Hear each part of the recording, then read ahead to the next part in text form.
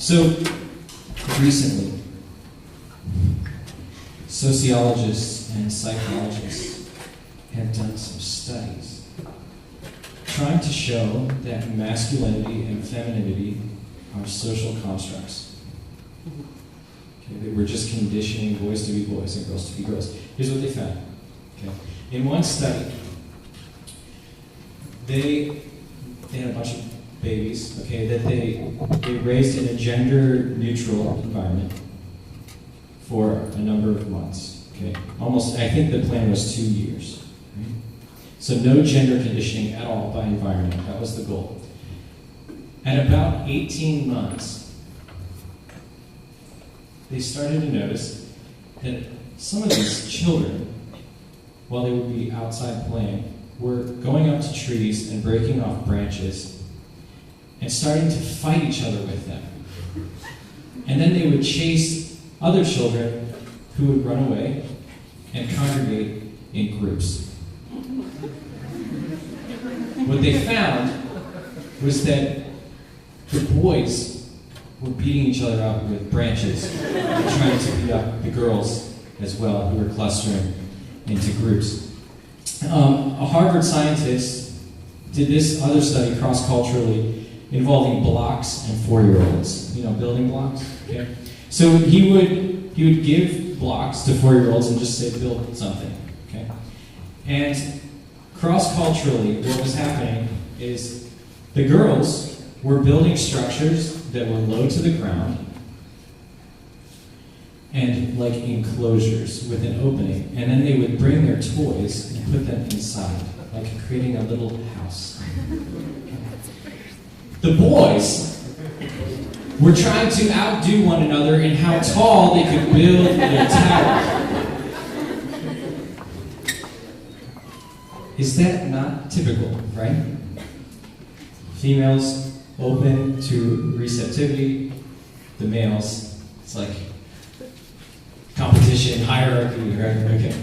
Now, shockingly, my own children have realized that there is indeed a difference between males and females. And they didn't run any scientific studies. Now, what happened? This kid was born. That one.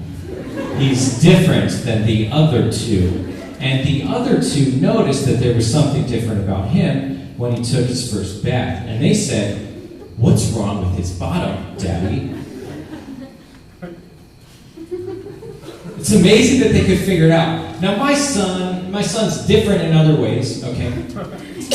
Yesterday, it's bad that I'm admitting this to you, but I could hear him on the kitchen table in the other room. And I didn't do anything about it because he's on the kitchen table a lot of times. Okay, so I'm just like talking to my wife, we're having a conversation, I can hear him out on the table. Eventually I realized that I should probably check on him. So I walk in there and he had taken his snack that I gave him, cottage cheese and chips, which is always good. If you haven't done it yet, it's always good. He dumped it on the table and was stomping in it, laughing. So I took his shoes and I threw them in the kitchen sink. And I threw him outside. Benedict is aggressive. That's my son. Okay, Benedict. He's aggressive. Like when something hurts him, he's like mad at it. Like he could fall off a chair and he'll get up and just like slap the chair. He does not communicate well. He's like 2. He just turned 2. He mostly communicates by grunt. Okay? Today, this afternoon, there was a stink bug. Why are there so many stink bugs right now? Have you noticed that? They're just everywhere. Yeah, the stink bug apocalypse. Take cover. It's gonna be smelly. Get a gas mask, you know? So he's back in the back of the cafeteria and he's like, ooh, ooh, ooh. I'm like, must be a bug. You know, because I've now deciphered that that's what bug is in his language. Now, females, oh, this is funny too. My daughter Lily, this one, flicking her face, she said, Benny, you're going to turn 2 this week. And then we'll be able to talk. It's hilarious. So males have 20% more testosterone in their bodies than females. And at 8 weeks along in a pregnancy, a male pregnancy, meaning not that a male is female is pregnant with a male, there's this huge surge of testosterone that happens, and it actually kills the cells in the communication center of the brain and enhances or enlarges cells in the sex center of the brain.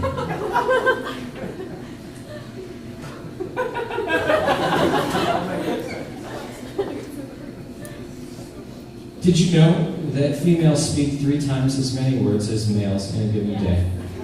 21,000 words come out of your mouths, girls. 7,000 for a boy. Some days I will get home late at night from a meeting, and my wife has only spoken 5,000 words that day, and she has to talk until the other, whatever the math is, comes out. 17,000 words or 16,000 words. It's amazing. And I listen to all of it really well. I noticed this too about my kids. Benedict, he always constructs now. He's got cars. He loves cars. Any guys in here? You have your Matchbox or your Hot Wheels. He puts them in lines. Very linear. My girls, when they play, it's always in the round. It's like tea party, and then it's 30,000 dolls. I just found that to be interesting. Therese, this one, she goes to school now.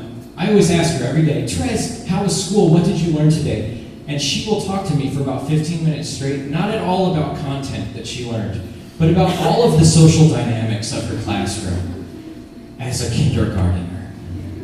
It's very fascinating. There are a lot of differences between men and women. Another one that is fascinating has to do with the ways that our brains work. I've been told, this is an analogy, that the male brain is like a file cabinet. There's a file for these, each individual thing that we would think about, like football. I'm in my football file, and that's the only file that I can actually be in.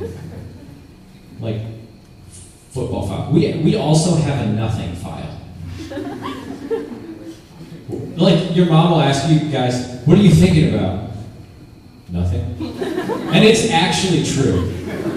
We spend a lot of time in the nothing box. This might be shocking to you, but girls actually don't have a nothing folder. Girls don't even have a file cabinet. It's just files everywhere. All the time. A female brain is more active at rest than a male brain awake. Isn't that interesting? And this clip actually shows this perfectly.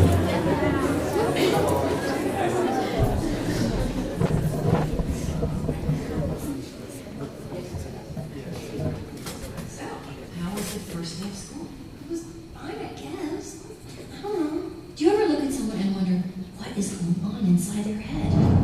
Did you guys pick up on that? Sure did. Something's wrong. We're going to find out what's happening, but we'll need support. Signal the husband.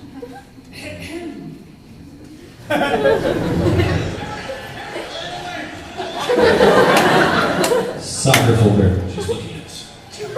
What did she say? What? Oh, sorry, sir. No one was listening. We left the toilet seat up. What? What?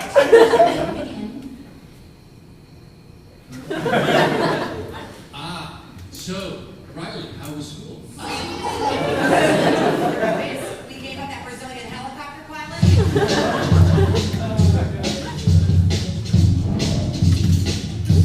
School was great, all right? What was that? I thought you said we were gonna act casual. Riley, is everything okay? Sir, she just rolled her eyes at us. All right, make a show of force. I don't want to have to put the foot down.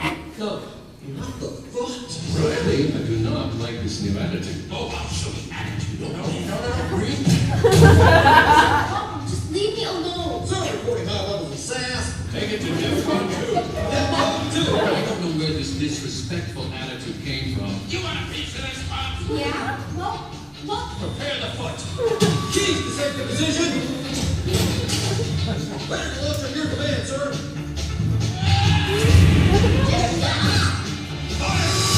That's it. Go to your room.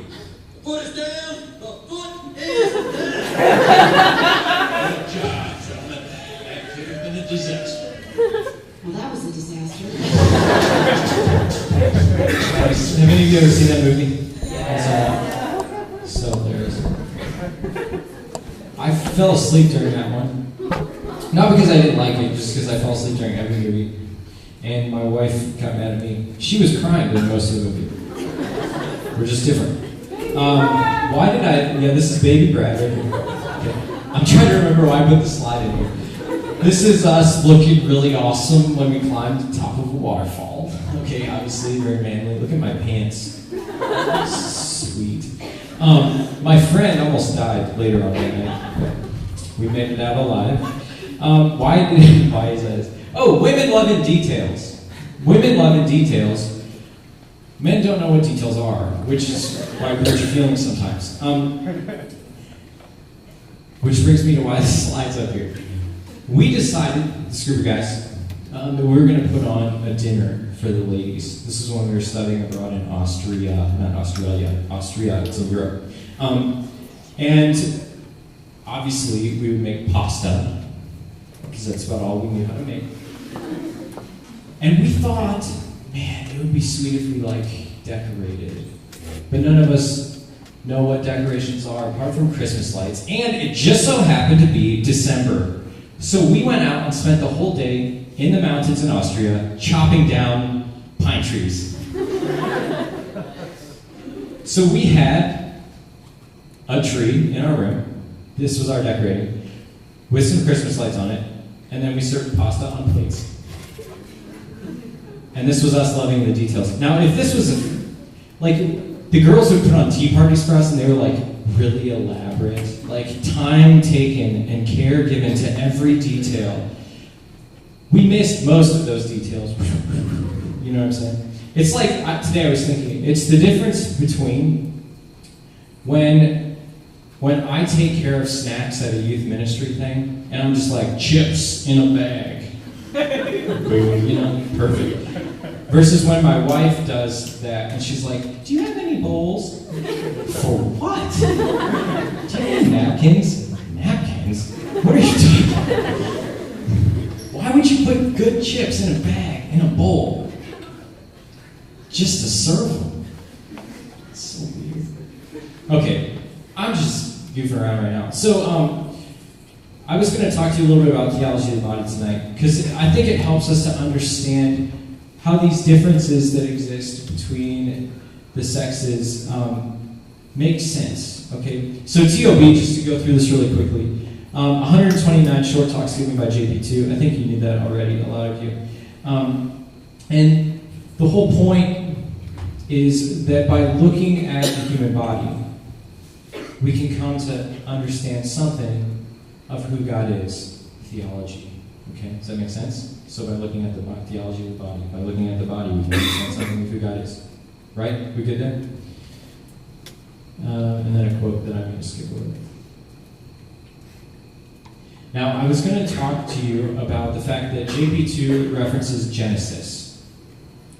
Most of the time when we think of Genesis, we're yawn. Haven't we disproven Genesis already? Okay, just a couple of points here. Genesis is a theological work. It's not scientific. It's not a scientific textbook, okay? So if you're tempted to write off Genesis because it's not scientific or science has disproven it, we're missing the point of why it was written. All right? Now, I want to go down to this one. The last one. Jesus believed in and cited from Genesis. So if you believe in Jesus, you believe that Jesus is God, and Jesus himself cites Genesis, which he did in today's gospel. I actually didn't plan tonight's youth night in light of the fact that we heard from Genesis chapter 2 and Jesus in Mark's gospel saying, God made them male and female. Isn't that phenomenal? Thank you, Holy Spirit. Okay. So Jesus himself cites from Genesis. That should give us good cause to believe that there must be something true about Genesis. All right, so JP2 seeks this out. Now, in Genesis chapter 2, verse 18, God says, it is not good. It's not good. Typically, we think that things are not good when something bad has happened. But this is actually before the fall. Adam and Eve haven't fallen yet. And he says, it's not good.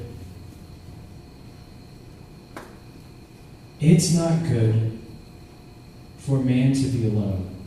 I will make a suitable partner for him.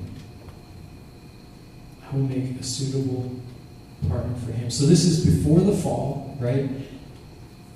God took the clay and he breathed life into it, and here we have Adam, and he places him in a garden that's beautiful, and the tree of the knowledge of good and evil is there, and he says you can't eat from it or you'll die. But Adam hasn't done that yet,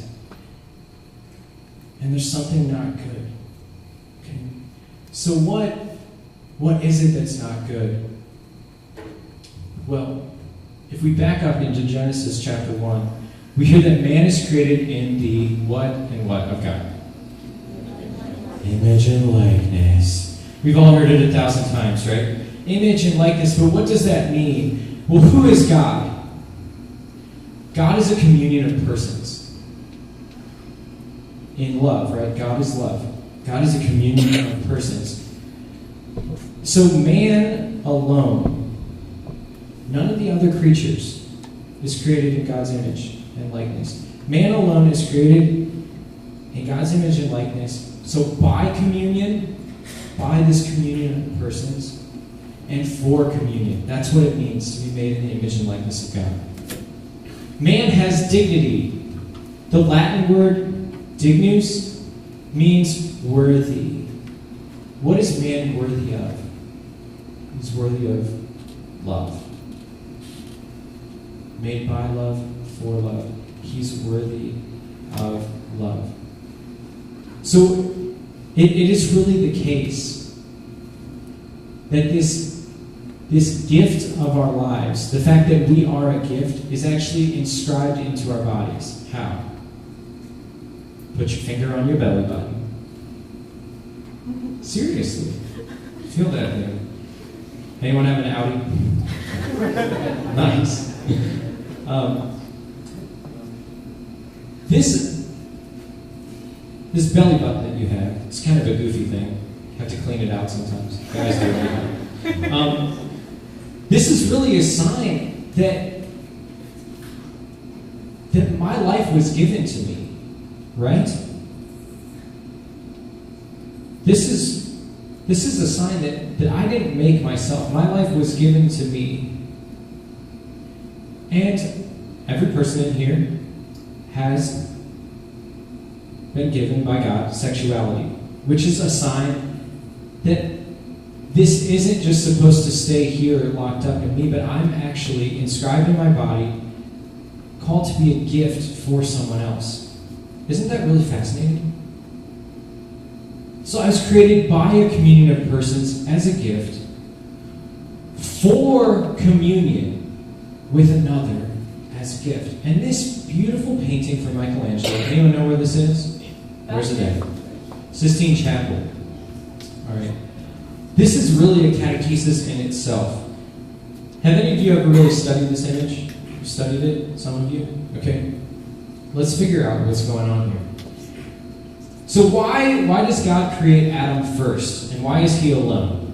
The answer to that is so that Adam could experience his need for love and his need for another. In other words, his need for communion. First of all with God. And for another. Now, God creates Eve. And God says it's not good for man to be alone. I'll create a helper for him. He could have made another man. He didn't. He could have made several men so they could play football together. But he didn't. He could have made many women. But he didn't. He made one woman, Eve. Where's she at? Right there. See her? Did you know that Eve is in this painting? She's right there. Okay? So he makes Eve. One woman. Why one? Because she will be enough for him. She will be enough for him.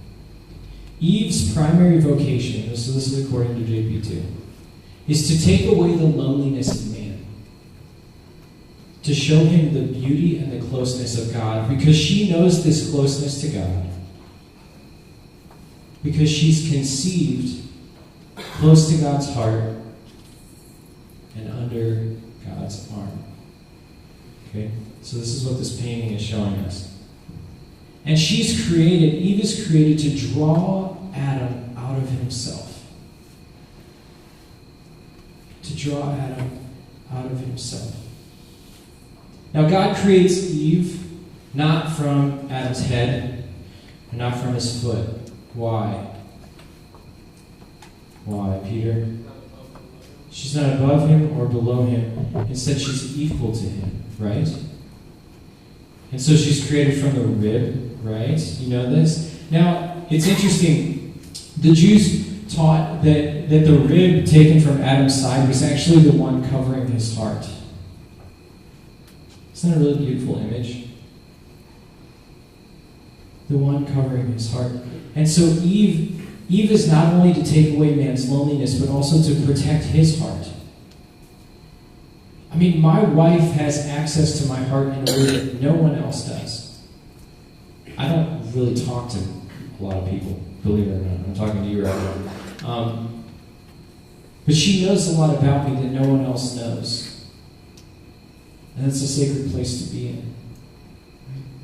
So Eve is created as a helpmate. Now, there's this really awesome theologian who says this line, let us make for man, for Adam, a helpmate, a helper. The more accurate translation is, let us make for man one with whom he might make love face to face. It's that intimate and that personal. So the woman teaches man vulnerability, risk. She inspires him to go out of himself, to find himself, to be intimate. And what does man do for woman? He does what the Father does. There's the Father. He's protecting. He's providing. He empties himself for her. He cherishes her. Now the cloud in this painting, here, anyone know what that is? What's that shape? Brain. It's the brain. Okay, this is like a transverse. So if you cut the brain in half, all right? So this is what Michelangelo is doing. And then if we were to flip this whole painting like this way, what is it? If you were to kind of rotate it this way, it's a heart. What is that telling us? Anyone want to wager a guess? Yeah. That the brain and the heart are one. The brain and the heart are one. There needs to be unity, right? Intellect and will. But that this whole plan for human love was in God's mind and in his heart all along. In his mind and in his heart all along. So, can we draw any conclusions? JP2 says that this first beatifying meeting between Adam and between Eve. Okay, so beatifying means like to bless or to make very happy. So this first happy meeting between Adam and Eve is an experience of being mutually blessed. They are blessing one another. They each discover that they're meant to be a gift, but each in his or her own mode, right? As male or female. So both men and women are called to be a gift, but in a particular way, as males or as females. And God creates each for the other. This is in his mind and in his heart, that they are to be for the other, made in the image and likeness of God. That's my son. Why is this slide up? I love when I do that to myself. I don't know. So here's the deal. I'm skipping ahead for the sake of time. Tonight, I took some time to lay out some, what I think is rather amusing and enlightening differences that come to us in the realms of biology, chemistry, psychology, sociology, right, between the genders. And I also took some time to go through just a really quick teaching from theology of the body on the differences between males and females. Just to kind of highlight for you, in this day and age, which, I don't know if you know this, but is fairly sexually charged, and there's a lot of confusion going on. Are you aware of this sexual confusion that is all around us? You read stuff on the internet, right? Like you see what's going on. I wanted to tell you these things just to show you that scientifically it is the case that there are differences between males and females.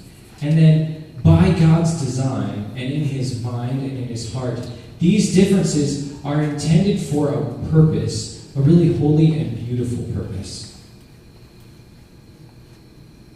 And in the midst of all of this confusion, I just wanted to make a point that maybe this will be enlightening in some way. Like, I think too often we reduce masculinity, let's just use masculinity for example, to like, he's an athlete. If you're an athlete, you're a man. Like that, in so many ways that's what it comes down to. Or we reduce masculinity to something else. If you love cars, if you're buff, something like that, then you're a real man. And like my approach with my son is I don't really care what he ends up liking to do. Maybe he'll love music. Maybe he'll love art. Maybe he'll love baseball. I don't really care that much. As long as he glorifies God in whatever it is he does, right? But what I do care is educating him according to his nature as a male. What do I mean by that? I want to teach this kid the virtues that he needs to be truly a man, to protect, to provide. This kid's got so much aggression, he'll just like start headbutting me at mass. I want to help him like direct that energy in the right way. That's what I'm all about. And ultimately, it's my job as his dad to teach him how to be a father. Because that's the heart of what it means to be a man. Just like motherhood is the heart of what it means to be a woman. Does that make sense? So often we say, oh yeah, it's social conditioning and gender and all this stuff. You should just be able to choose whatever you want. But I have a role and an obligation as his father to teach him how to live according to his nature. Now, I'm aware at this point in time that there is a lot of confusion out there. The sexual revolution that happened back in the 60s and spun into the 70s has created, like, you can have 1,000 options as to what your sexuality is. You know what I'm saying? You just pick. They did a study. Human beings can't really decide something if you give them like 12 options. Have you ever done this? You're like driving on the highway. Some of you don't drive. And there'll be like multiple food signs. You know, like you can choose from these 12 restaurants. And you're like, shoot. I wish there were just 2 and I had to pick, you know? So there's all this confusion floating around right now. And I just want to let you know that the church is aware of the confusion that's floating around right now. The church is aware of everything going on in the headlines. And the church loves you. Because there might be some people in this room that are really struggling with what is my identity? The church loves you. And the church always comes and meets us through people, through human beings, in love. But never without Him, Jesus, who truly reveals human beings to themselves. That's what the church does. And I can just illustrate this with a quick story. I was meeting with a young man a few weeks ago who was sharing with me all of these instances that he had that caused this sexual confusion.